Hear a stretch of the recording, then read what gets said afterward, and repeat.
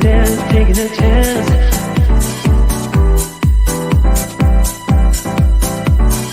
Telling me to dance, taking a chance.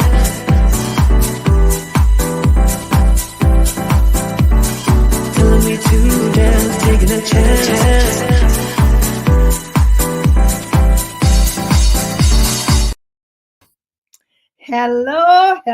Hello, and welcome.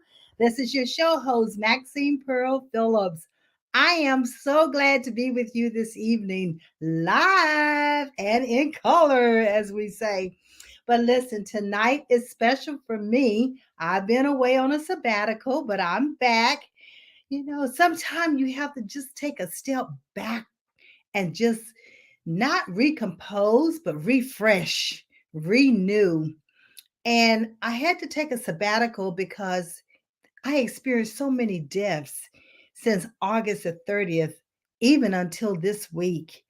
And when your heart is constantly being torn in so many different pieces, it's time for you just to take a little time for yourself and to try to heal, try to come through it. There's no reason why you have to continue to push forward when you know for mental capacity, you need to take time for yourself. So that's exactly what I did. I had to take time for myself, missing a lot of my different loved ones. And many times we don't confront it, we don't let people know that's what we're going through. But the other thing that I'm so thankful for today is because I'm leading up to my birthday, which is October the 25th. So tonight you have an opportunity to come on into the room with me. We're going to put the link to the StreamYard, and the producer will let each individual in so that you can come on and say happy birthday to me and let me know what have you done this year to be living your legacy. This is a life strategy show, but we're also going to be talking about what we're doing to live our legacy because life throws us a curveball. And when it does, what are we going to do in order to continue to live our legacy? But before we get started, as your show host, I want to welcome you to the Maxine Phillips Life Strategy Show, where we bring individuals on to share the strategies that they have put in place that helps them to move forward in their life. Tonight, it's all about me. It is all about me. Yes, I'm going to use a full hour to share information with you about the Maxine Phillips and all the life strategies that I put in place, the things that I have done to not inspire myself, but also to inspire others. Because I had an opportunity to do a TED Talk on October the 1st. But what led up to this TED Talk is a vision that I had about 2 years ago where I put on a vision board that I saw myself speaking in front of this brilliant audience sitting out there and sharing with them my levelless living. I am known as the levelless coach, the levelless woman, because levelless is everything that I do. I breathe, I speak. And levelless is about success without levels. Now say that with me. Success without levels. Now, what does that actually mean? It means that we are so busy trying to do what society tells us to do in order to climb a ladder, up level, advance ourselves, be promoted based on their terms and their conditions. Where levelless is all about you succeeding on your terms.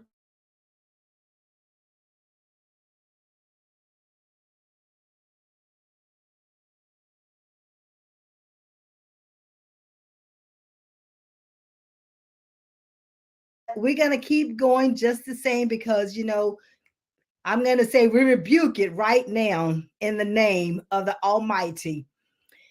So, as we start talking about levelless, we service youth.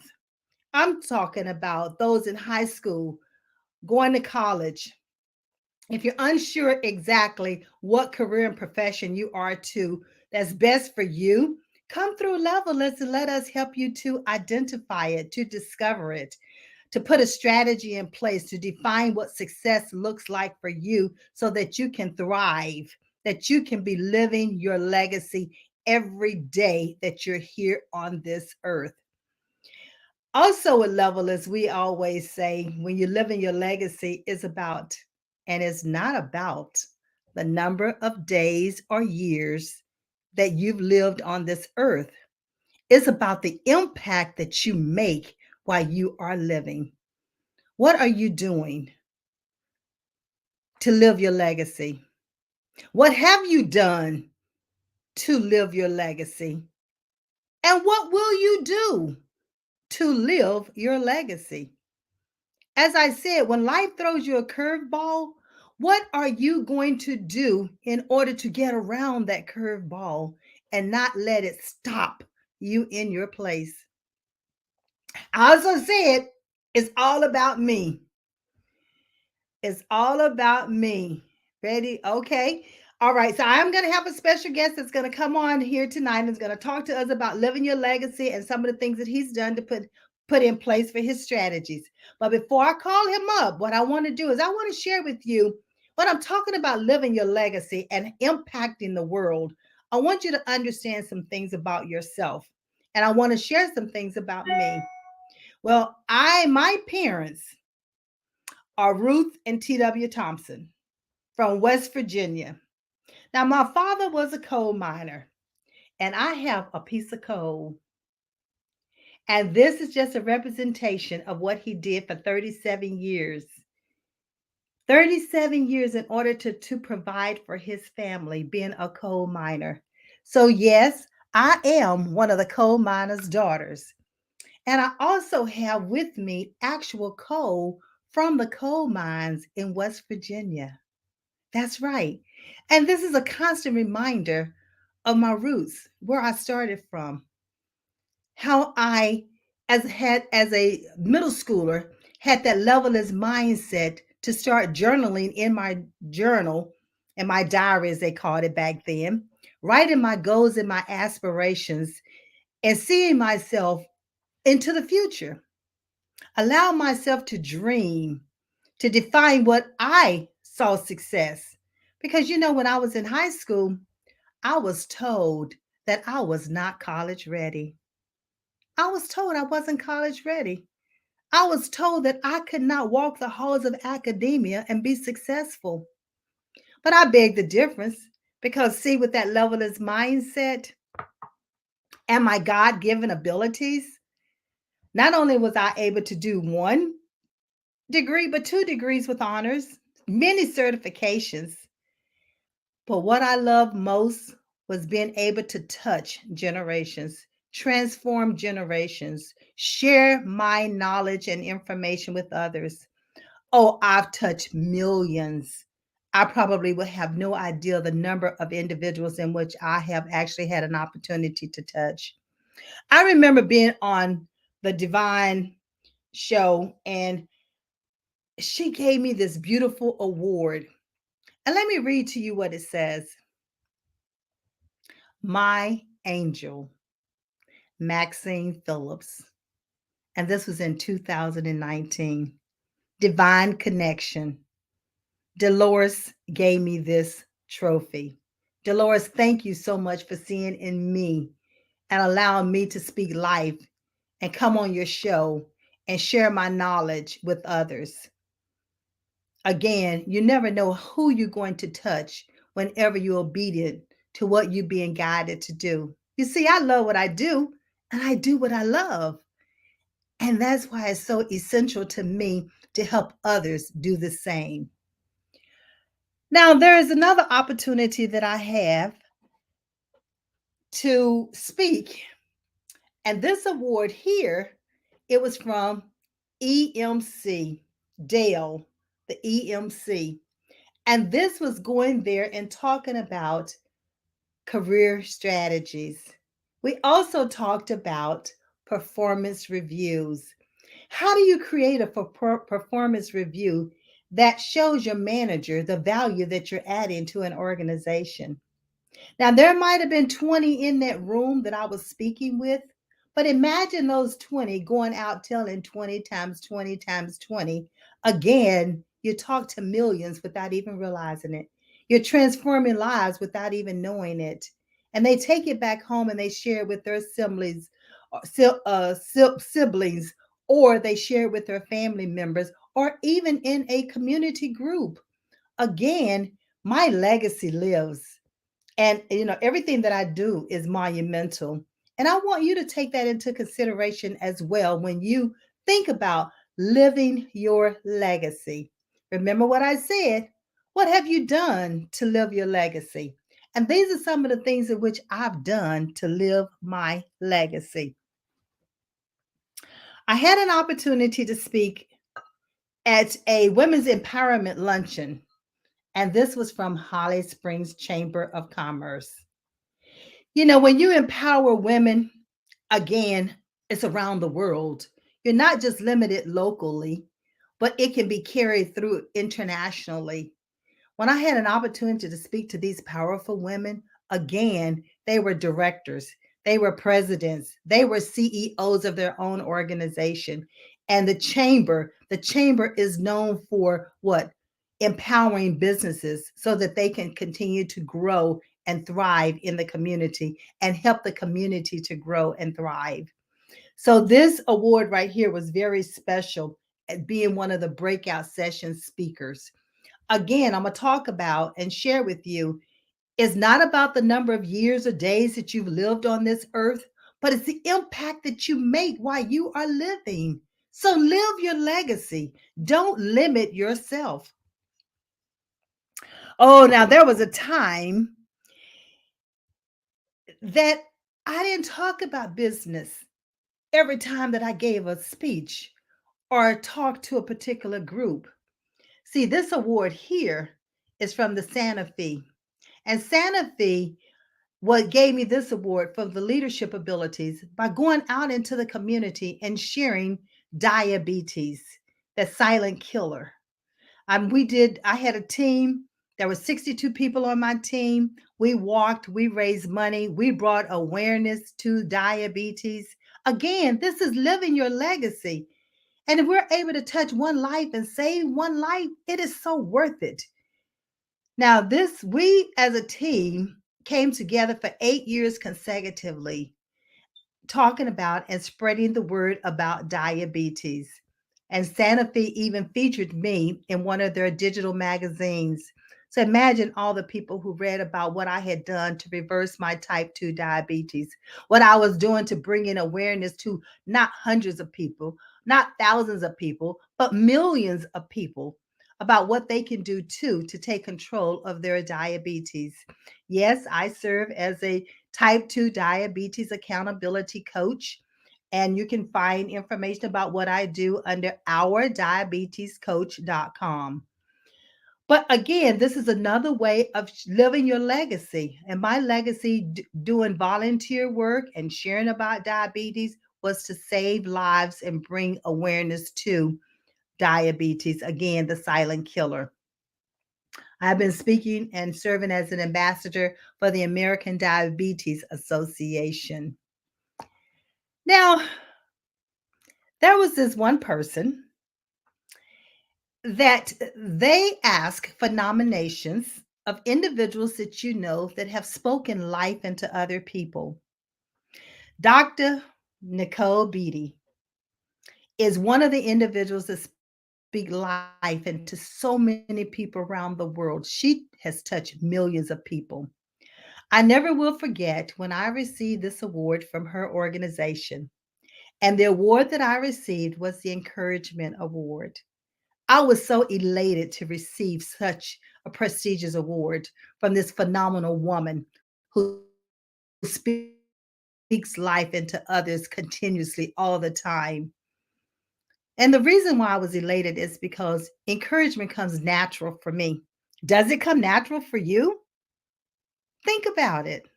Why not encourage someone else? I know Yolanda Adams sings Encourage Yourself. Many times that's what we'll need to do if we're not having someone to speak life into us and encourage us. But Dr. Beatty, she speaks life into everybody that she comes in contact with. She's another powerful woman that's speaking life and doing great things in this world. She's living her legacy, and it is monumental as well.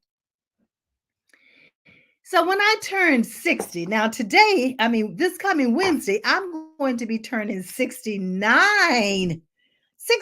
Oh my goodness. One from 70. Hard to believe. But I remember back in 2014, for my 60th birthday, I had a night of giving. It was about an Academy Award, Emmys. I mean, individuals received awards for their giving for walking in the Diabetes Association walk. And these are the trophies that we gave out. You know, my mother was one of the ones who received a trophy. But my mother had already gone to heaven at the time I had this, but she was there for like, we had 8 years of it, and she was there the first 5 years of it before she transitioned to heaven. When we presented this award to my mother, and my sisters came forth to receive the award, they brought me to tears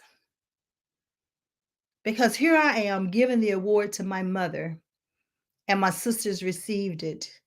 And they turned around and made an announcement that they wanted me to have the award because of everything that I had done, not only for the family, but for the community and impacting the world.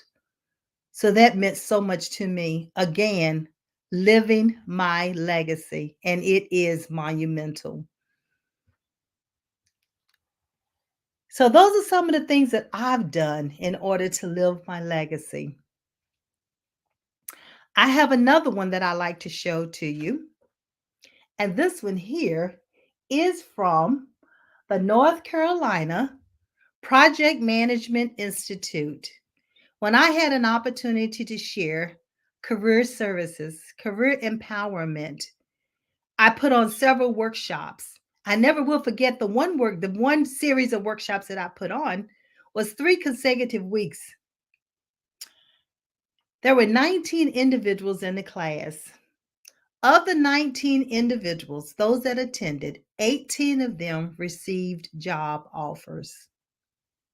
Did you hear what I said? 18 of the 19 received job offers. The very first workshop that I had done in this series, a young lady came to me that next week and said, Maxine, she said, that one tip that you gave us that night, and you said, go home and do it immediately. She said, you had no idea that I had an interview the next day, but because I followed your instructions and I had gone home and I researched the organization like you told me to, I learned the things that you said about the mission, the vision, their competencies. She said, and because of that, the very first question, like you said, that they could ask is, what do you know about this organization? And she said, I was able to tell them what I knew and how it applied to me adding value to their organization. She said, I want to share with you that I feel within my soul that that is the reason why they made me a job offer. Again, ladies and gentlemen, I say to you, are you living your legacy? What have you done to live your legacy? What are you doing to live your legacy? And what will you do to live your legacy? It is so essential that you answer those questions so that every day that you're here on this earth, you are living your legacy and you are making an impact. Tomorrow is not promised. So you need to do today what you can do today while you can do it. Those are just a few of the things that I've done in my lifetime to impact the world, to transform generations, to pay it forward, to make a difference. But what are you doing? What are you doing? Do I have anyone out there can answer those questions? Are you listening? Are you chiming in? Are you letting me know that you're here? And if you have an opportunity to listen to this later, still answer those questions. Because the sooner you can answer those questions, the sooner that you'll know if you are living your legacy. So I have an individual that's going to come on tonight. And listen, we're going to, Mark, I want to thank Pod TV, first of all, for allowing me this platform to come on and talk. You know, we air to over 200 countries. We stream to Roku, Pod TV Live, Amazon Live. So just know that you have an opportunity to revisit this information at a later time.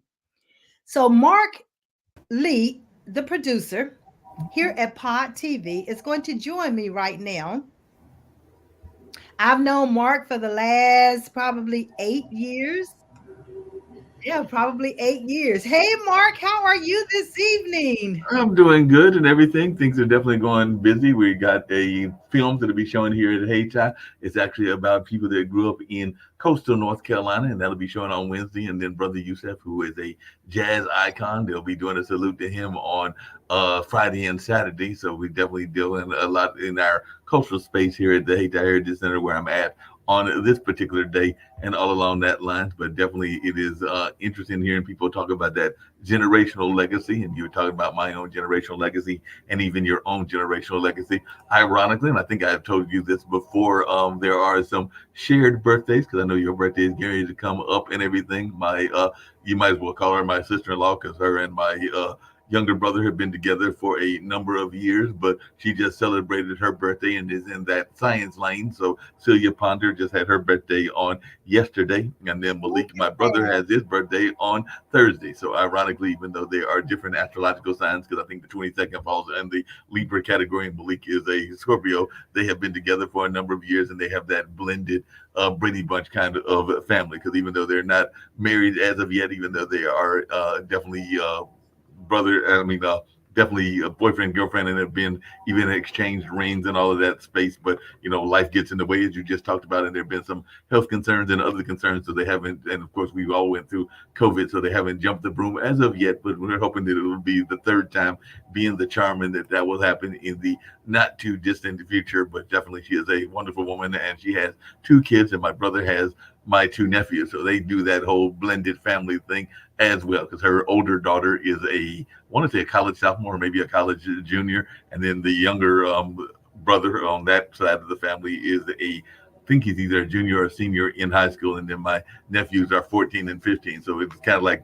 they are blended, but they also get inherited two older siblings when Malik got together with Cecilia several years back and all in that space. So this kind of like the Brady Bunch blended family kind of thing where they hang out and go to soccer matches and go to activities together and all in that space. So that's one of the things that we even see in this modern day where people are having these blended families, broken families that are crafted together and everything. And even Exactly. in that space, my brothers, the mother of their child, they still come to events as well. So even though that marriage didn't work out, they still are helping raise the kids together as well. So definitely that is also part of the conversation that goes on when we're trying to think about life lessons and things that are going on in that life space and that kind of like stuff that you talk about a lot of times and even that legacy. Because as I've said before, I know that my parents had that radio station, which is part of our legacy, and my grandmother founded the African American Library there in Raleigh, which is part of our legacy. So definitely we try to create our own path and our own parts of society. So we want to make sure, whether it's me or my younger brother, that we are doing our part of making it a better world. But we also honor the legacy of those that are still with us, because I'm fortunate to have both of my parents here in this planet and with us living and everything. But we honor their past, but we also honor those that have moved on, like my grandmother, like my Uncle Randy, and a number of others that have moved on as well. So we definitely try to honor that in this building in the creation of a better world. Wow. And the thing about you talked about blended families, and that's living your legacy as well. Because when you blend those families, then you got that support system. You got different individuals, you got different legacies, you got different heritage, you got different individuals in the family. So you got different families coming together. So you're learning about each other, and it could be different cultures that you're learning about, and that's where that blendedness happens, and it happens in life, so we don't limit ourselves to one way or the other. We have to be open, and openness will allow you to live your legacy as well, because when we have a closed mind or a fixed mind, then we don't allow the universe to open us up to allow other great things to happen through us and with us. You definitely have to do that. And like you said, you have to be open. We on my show earlier today, the radio show, I had two people, a business coach and a advocate for things around aging and all along that line. And that's one of the things we were talking about was being having integrity, because integrity is part of that legacy as well, but also being very authentic. And that's one of the things that I've said on your show as well as other shows that I appreciate about what Pod TV has been doing, as well as they are very authentic, and they're trying to give different people, whether it's you, whether it's me, whether it's Sharon, an opportunity to express some of their stories as well, and to even give a platform to people to share their stories. Because I know that you've had some people. I remember that you had the young lady that was a cook that was in this lane, and you've definitely had some other business Yes. coaches, and of course we have that gentleman that's very much in the history lane. So a lot of times this is opportunities that we are giving people that they might not always hear in that space. So I think that authenticity is very important, and a lot of times we don't hear enough of that in the media, and integrity is very much an important of the conversation as well. So definitely that is part of what we were talking about. In the young lady, Miss Peltier, that was out of Arizona, was talking about how much she likes that the notion of integrity, and also being true to ourselves, and also being empathetic as well. Right. And let's just double check that we're on Levelist Code, just to make sure that everything is up and going on Levelist Code. Can you just double check that for me I would right double check. I know it's on the Level is Code YouTube. I think it was on the Level is Code Facebook as well. I know we were having some things going on with the Facebook, and part of that, speaking of authenticity, is that sometimes the things get crashed and all along those lines. So we have been having some issues around the Facebook side of things, but we're working on correcting those. But it's definitely going to Roku, and it is definitely going to the Level is YouTube for sure, and All everything. But right, all right. And Mark, is there any way that we can put the link out there for the StreamYard in case there's individuals out there? And listen, I'm opening up StreamYard tonight. Usually I don't do this now. This is special because what it is all about me tonight.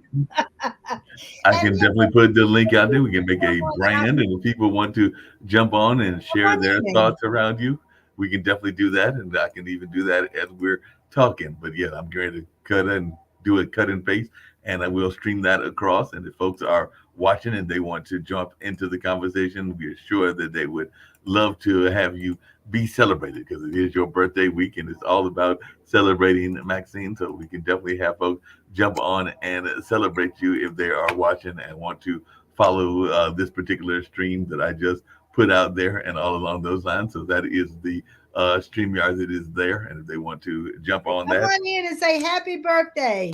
yep. Happy birthday to me.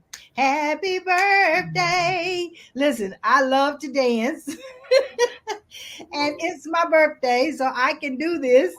So if you want to come in and say happy birthday, then do that link. And Mark is the producer, so he'll see you in the back room and he'll, you know, check you out, make sure that everything is legit, because we don't want anyone to come on and do anything that's going to hinder us from Yeah. always having that integrity and character and our brand. So No, we let's definitely want people to jump on and share their positive messages about you and everything along those lines. I don't know if you know this, but there is a lady that I know you have worked with, and I have worked with her before. But they did a very powerful event this weekend. I actually had the pleasure of working briefly with Stedman Graham, as he jokingly like to say. Most people know me as Oprah's man, because that's what a lot of people know him as. But Eva Ford was doing a 2-day social work wealth conference, not social work welfare, but social work wealth conference. And Veronica Hardy, who I know you know Veronica Hardy as right. well, was one of the organizers of that. So they reached out to me to see if I could help with some of the technical stuff, because they were using the StreamYard parent company, which is now Ring Central. It was hopping, and definitely it was a powerful workshop. There was a young lady, Stacy Madison, I believe she's originally from the Northeast, and also has some roots to California, and even some roots here to North Carolina, because I was telling her about you because her daughter is going to North Carolina State. So I told her about Okay. you and Kim and saying that they might need to connect with you as well because they could travel back and forth. Because I think she's a wanting to study journalism or something along those lines. But definitely, she is a very strong person that you should be connecting with.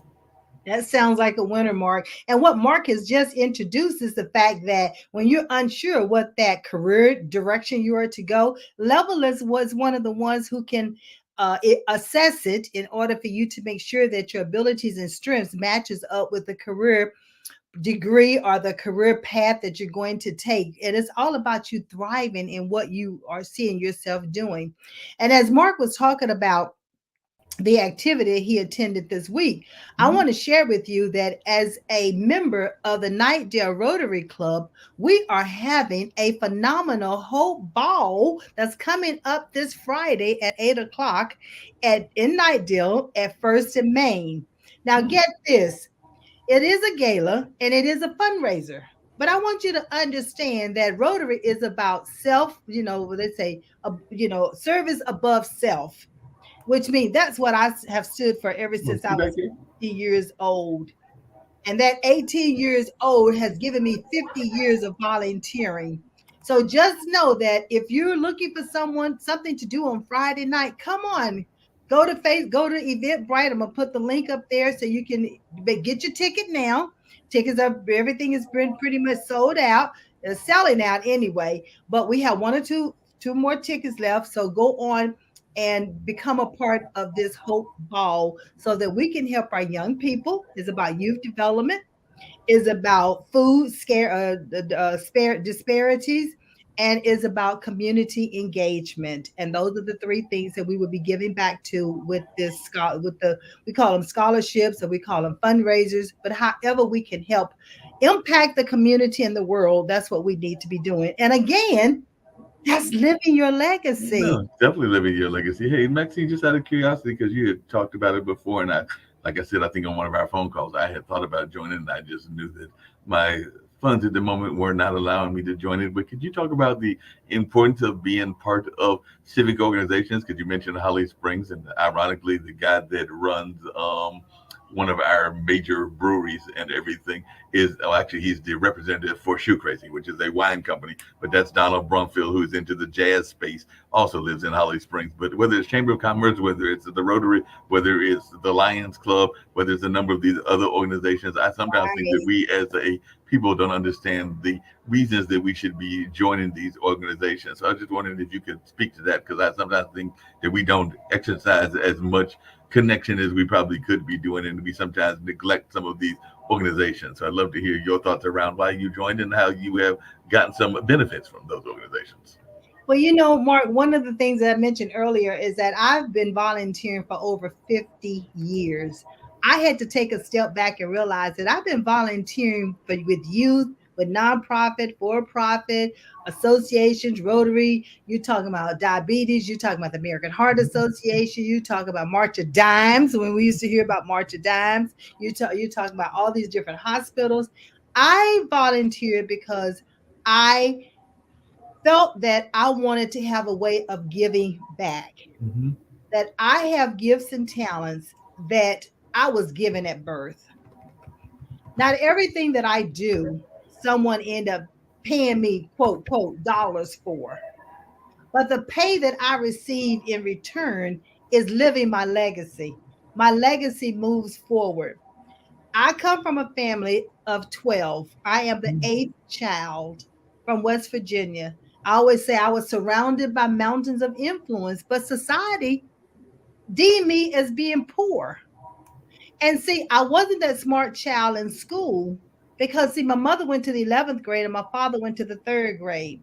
So consequently, I found myself in that in between situation where I didn't know how to learn and how to study. So my GPA wasn't as great as it could be.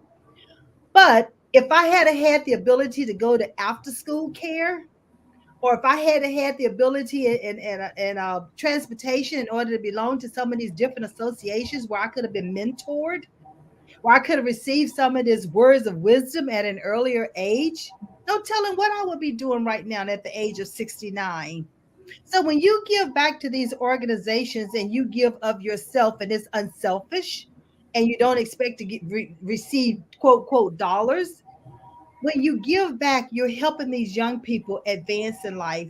You don't know what their home life is like. Mhm. You don't know what the parents are going through just to survive, just to make a living, to bring bread home or food home and put it on the table for these children.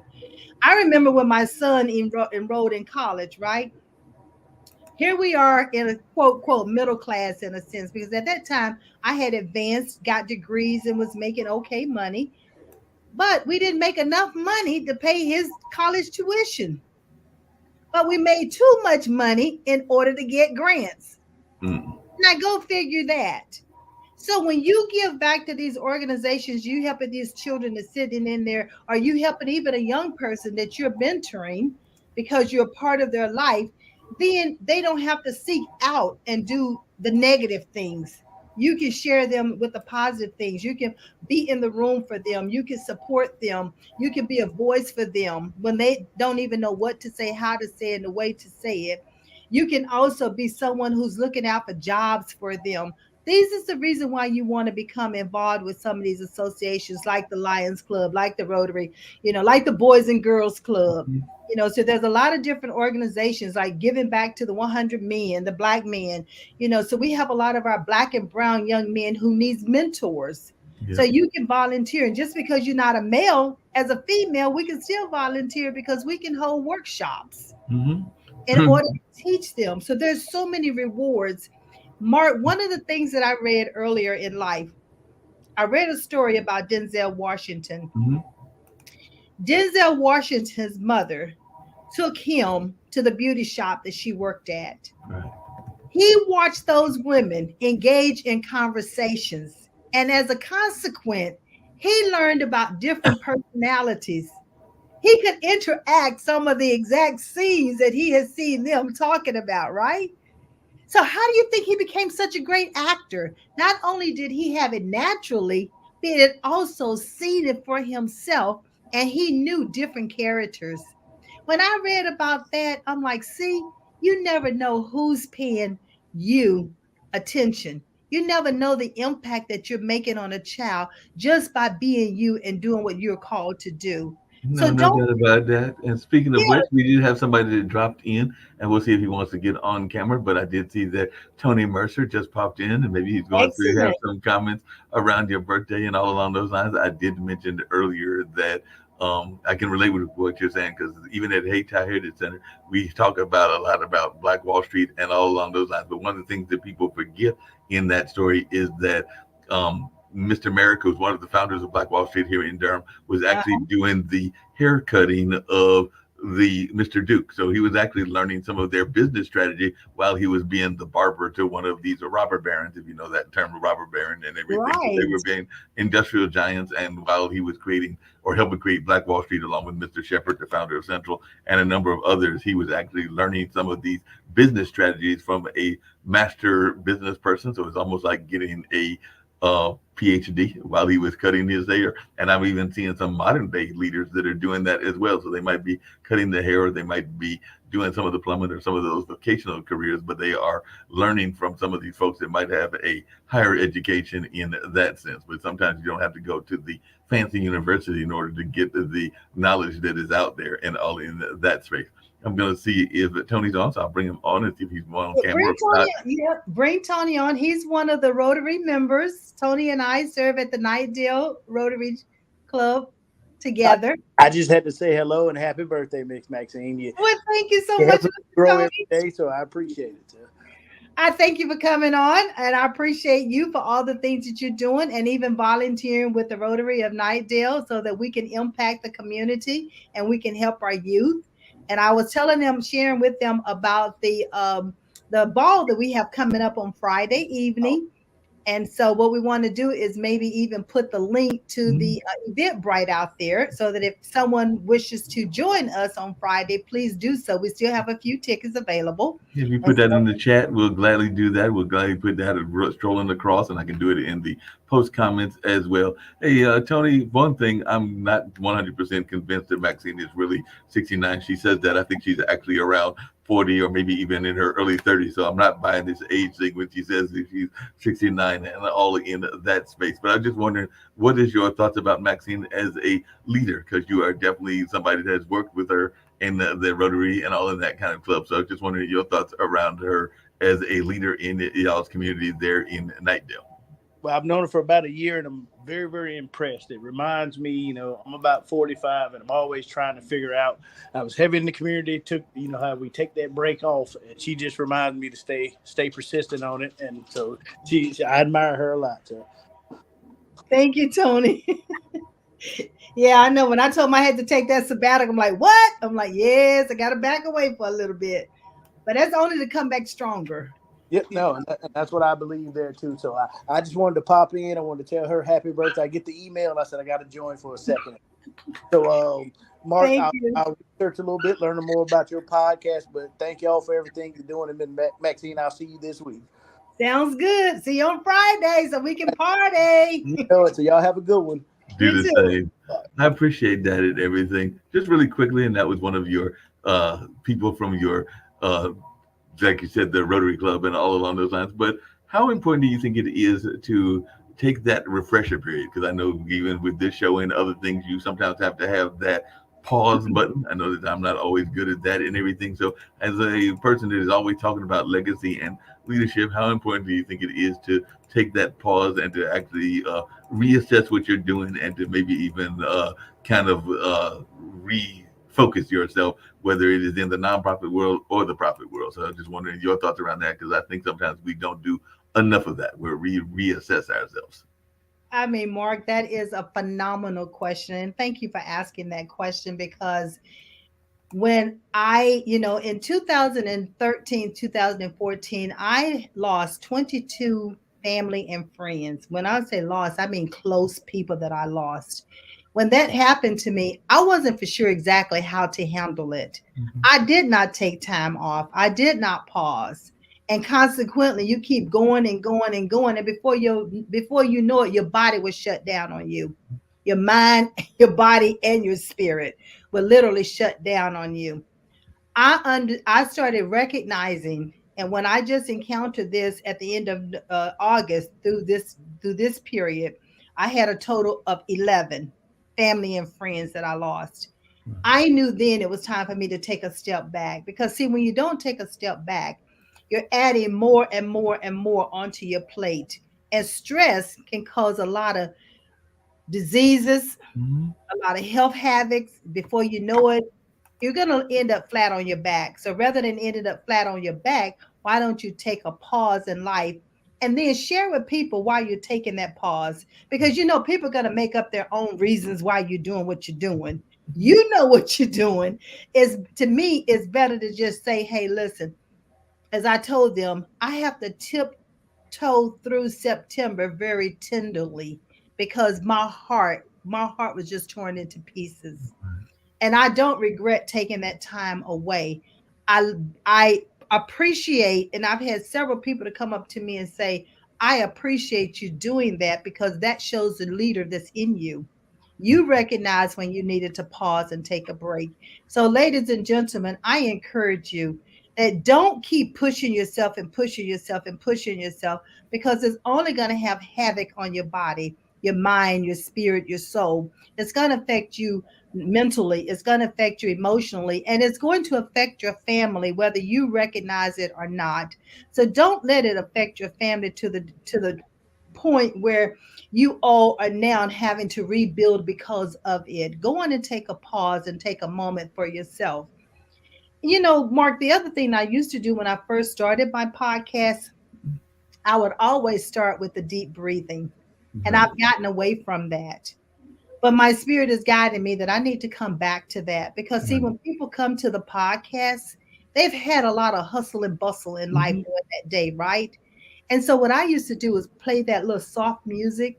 And in only 1 or 2 minutes, to just breathe in slowly and then let it out. And what it does, it recenters you. It allows you to focus on where you are right now. Be in the moment. And by taking that pause, it helped me to understand and recalibrate. Be in the moment. And that's why it's so easy for me to talk about living your legacy even more now than ever before, because that's exactly what I've done without even realizing it since the age of 18, because I stopped allowing society to dictate to me what success is all about.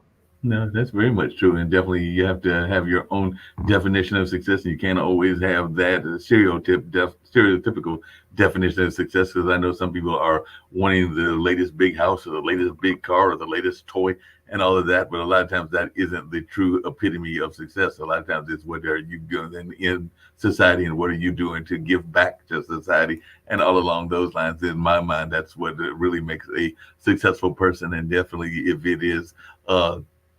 Going to be for you, you will get those the riches that you might be wanting. But I don't think that that needs to be the end goal and all along those lines. But I was just wondering because we are getting ready to come up on the season of giving, and I know a lot of people are thinking about what they can do to give back. I know that there have been a number of runs and other things. You mentioned diabetes. There have been definitely runs around different issues. This is Breast Right. Cancer Awareness Month and a number of other things. But and as we're getting ready to go into the Thanksgiving and Christmas season, your Yes. thoughts about the importance of giving? Because I do know a lot of folks are going to be trying to figure out one whether they can give, and definitely I think that if you can afford to give, then definitely there are a number of people that can use the help. Whether they are folks that don't have that turkey for their Thanksgiving dinner or can't give their kids that Christmas toy or whatever. But if you can't afford it, there are other ways that you just mentioned that you can give back without having to necessarily give back your money, because not everybody can afford to give the money or to buy those gifts for everybody. But if you have the resources and you can make that sacrifice, then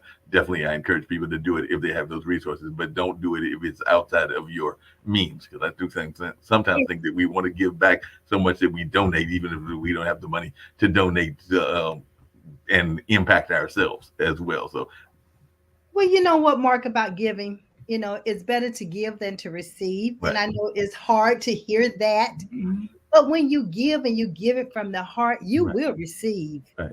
You will receive, first of all, many people will tell you thank you. And then, secondly, when they pay it forward, Mm-hmm.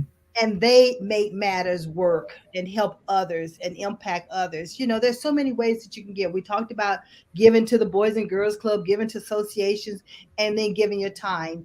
The other way that you can give is that you can donate your clothing. You can Right. donate hats, you can donate gloves, you can donate shoes. I remember one time before I did the shoe drive, and I collected 500 pairs of shoes, Wow. lightly worn shoes that people were no longer using or wearing. And just imagine someone else, a homeless person, who use those shoes, or a child who her parents who cannot afford shoes. Same thing with clothes. Let me tell you what. Coming 8 or 12 children, I had plenty of hand-me-downs, and I don't even have a problem with hand-me-downs now. So I can take something and I can make one jacket work, and I can get 10 or 15 different outfits out of it, especially like this one having all the different colors, right? So you just never know how you can help a person. You can mentor a person, and also you can adopt a child. You can adopt a child for that school year. You can adopt a child or be a sponsor of that child when it comes to the assessments, the ability assessments that we do right here at Levelers. We're always looking for individuals who want to sponsor a child, and so that they can also take the assessment and understand what are their God-given abilities and what's the best profession for them while they're in high school, going into college, or while they're in college, coming out of college. You can also give back as far as sponsoring them for a resume, Mm-hmm. or an interviewing session, or coaching sessions. So there's different ways that you can give back. And then you can also, what if a parent is working, but the parent does not necessarily have time to grocery shop? Right. You can have groceries delivered to the home. What if they don't have time to clean the home? Well, you can have a cleaning service to come to the house and do it. There's so many different ways that you can give back. People always so many times think it has to be you giving your money, but you can use your money knowing the services that's going to take place if you don't want to give up the cash itself. Because if you give up cash, you don't know how they're using it. But this way you do know. So I'm wholeheartedly about giving, but be intentional about your giving. How can you best serve, and how can you best help that family or those individuals? You have a lot of college students who cannot afford to pay for the application. How can you help them pay for that application to get into college? Can you write an essay on their behalf? Can you write a recommendation on their behalf? That's giving back. Can you put something on their LinkedIn profile for them to show that they have a person of character? That's giving back.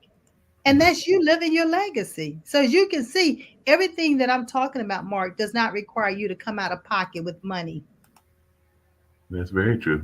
And like you said, there are opportunities that are out there, and there are definitely ways to get involved. I know that I think I've talked to you before that I've served on a couple of boards, including some creative boards like the Durham Symphony and Mallarmé back in the day, and just recently got off the board for the Carolina Theater. And one of the things that they talked about is sometimes people think that when you're joining boards that you have to give back money, and they do like to have 100% participation from the board members, but they know that not every board member can afford to necessarily give money. So a lot of Right. times they will say that if you can't give money, you can give of your talents as well. And sometimes that talent might be connections, it might be skill sets, and there are other ways that you can give back if you can't necessarily afford the cash donation. Because even in the organizations, they talked about that as well. Because definitely on the various boards that I have served at, definitely sometimes I might have the money and can afford a little bit of a donation, but other times I will use my skill sets to give back as well.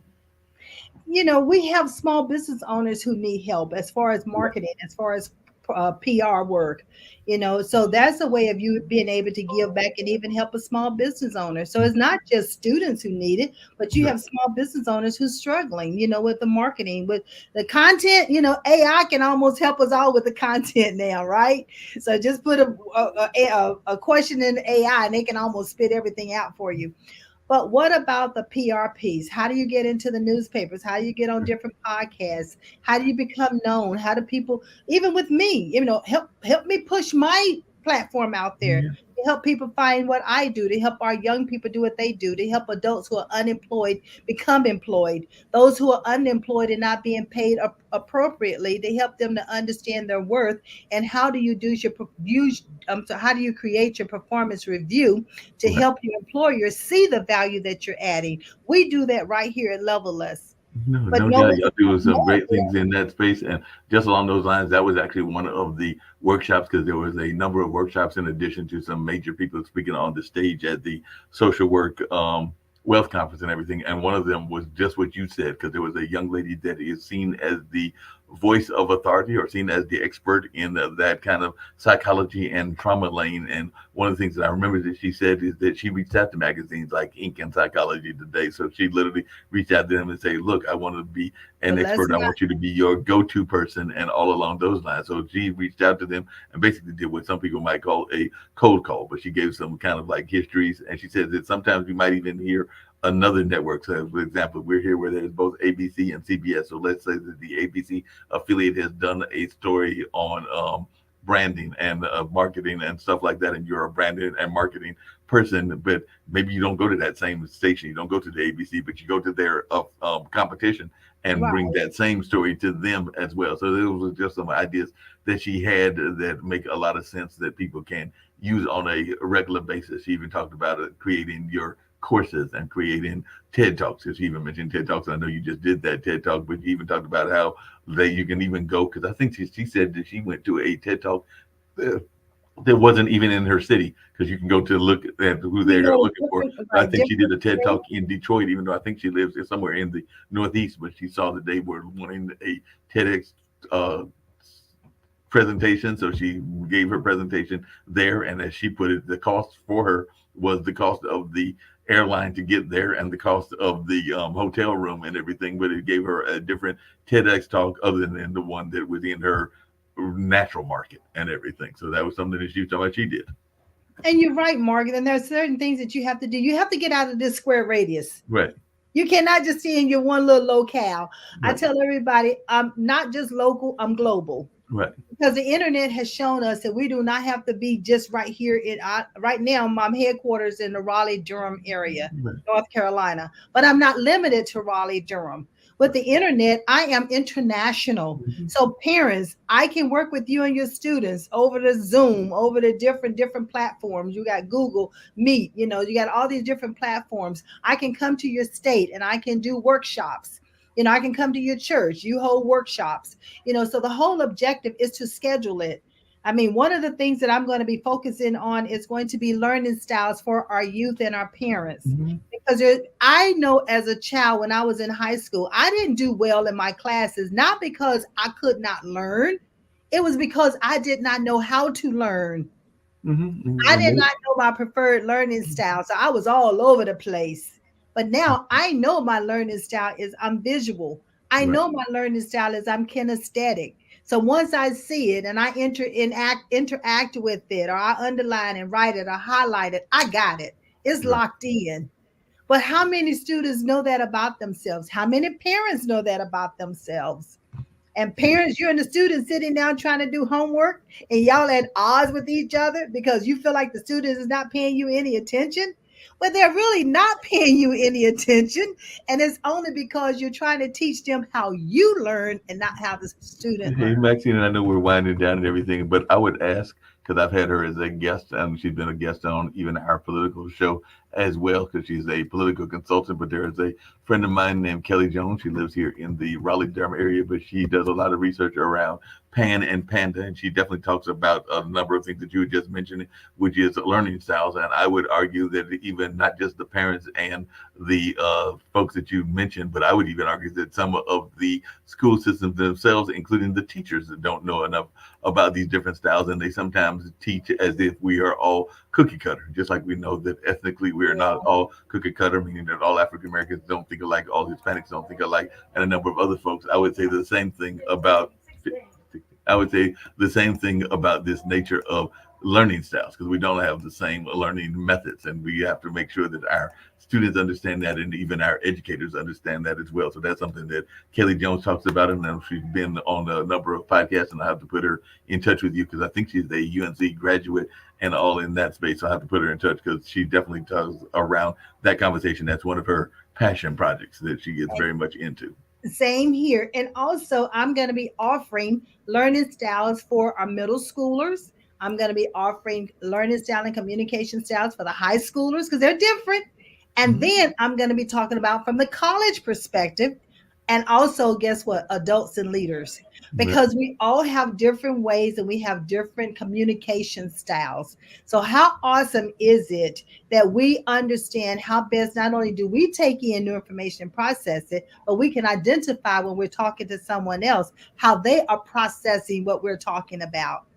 And we can, that way, communication can be obtained much faster and applied and implemented, opposed to you misunderstanding and get the wrong indication that that's not what the person really meant. That's just how you took it. Yep, no doubt about that and everything. I'm going to pop off and I'm going to do a closing and everything, but this has been an enlightening conversation, and I've definitely thoroughly enjoyed it. Coming in.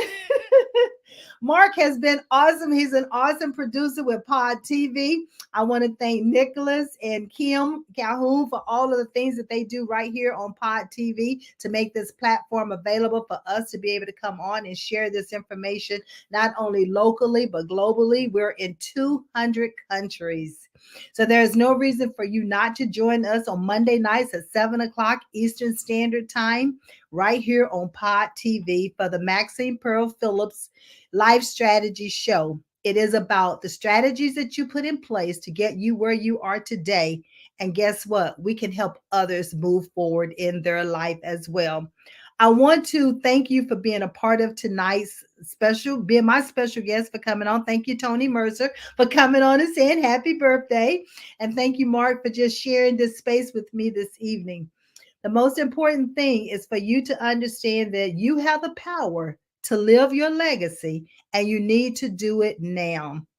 I believe in you, and I trust you believe in yourself.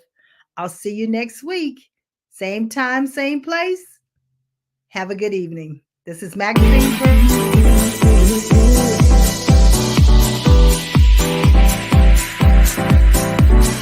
Telling me to dance, taking a chance.